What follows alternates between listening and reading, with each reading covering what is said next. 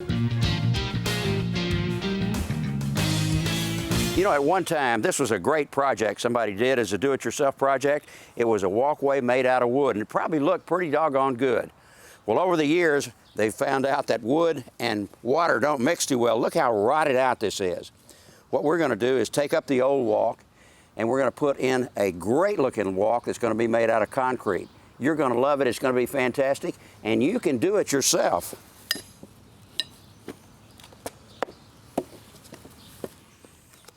Well, we just about got the old walk up, and you can bet it was a lot easier for me to take up than it was for the guy to build.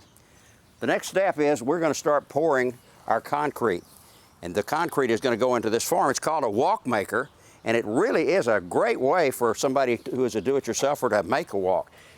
We had a choice. We could have gone for the block pattern, and we could have gone for the stone pattern.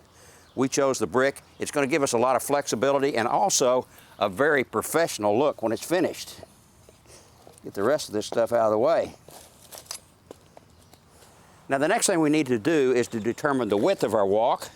And personally, I don't think one width is going to be enough. I think we need to double it, so we're going to need to pour twice. That means we got to remove the stones along here and also cut a little bit of the yard out and square it off down there. But that's no big deal. We can handle it. You know, this didn't turn out to be as easy as I thought, but it's good exercise for me.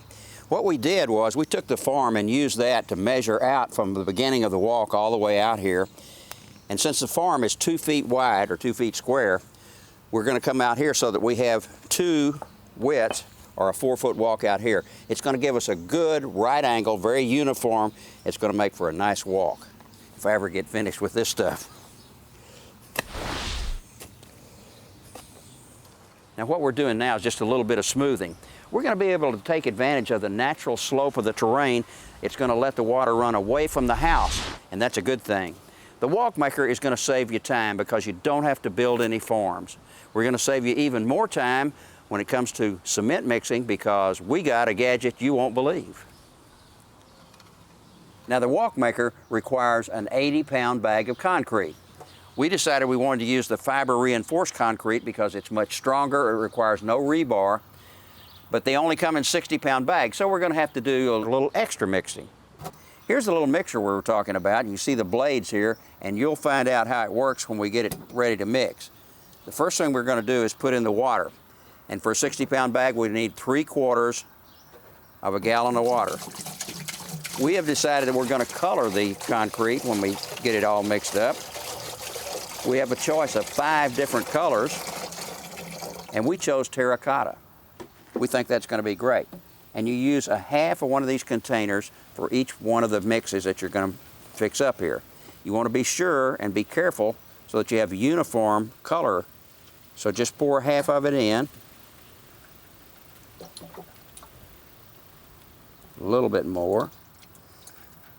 Now we're going to just shake this around a little bit so that we can get it mixed up with the water. And now we're ready to add the concrete. Now, with all of our ingredients in there, I'm going to show you what makes this such a neat deal. First of all, this is the lid, and you can see it's got an O-ring in here that's going to give us a real tight seal. We just put the lid in place on here, and it screws right on. Now all we have to do is just dump it over, and it's just a barrel roll, and it mixes as it goes along. Just get it rolling, and it really does work. Well, that should just about do it. And you know, it only took about 30 seconds. And let's see what it looks like. Ah, the perfect mix. Now let's put our form down, and we're ready to pour the concrete in the form.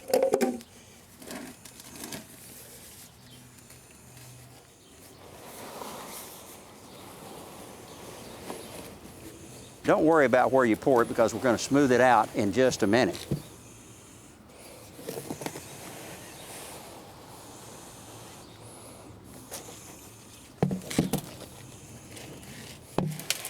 Now what we're going to use is a tool called a float, and we're going to move this around so that we get it down into each one of the cavities.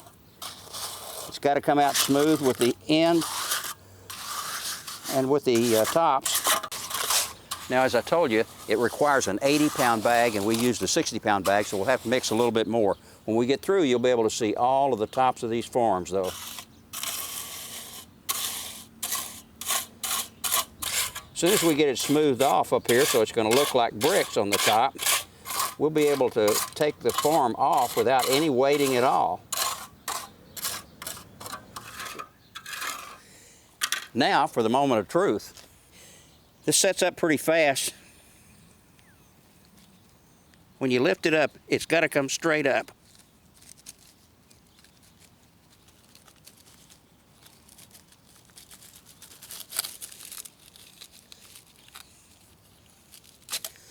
And voila, a brick walk. Isn't that great looking?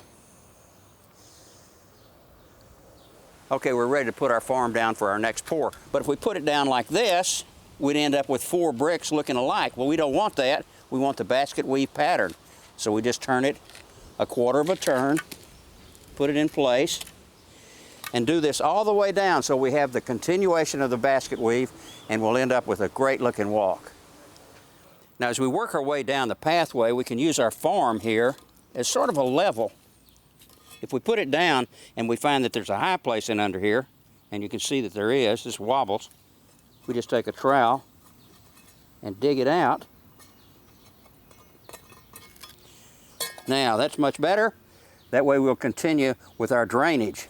Well, our pathway is finished, and it looks like $1,000,000, but you know what? It only cost us about $75 and took about 4 hours out of my life. If you'd like more information about this or any other projects around your house, we love to hear from you. Why don't you contact us on the internet? It's michaelholligan.com.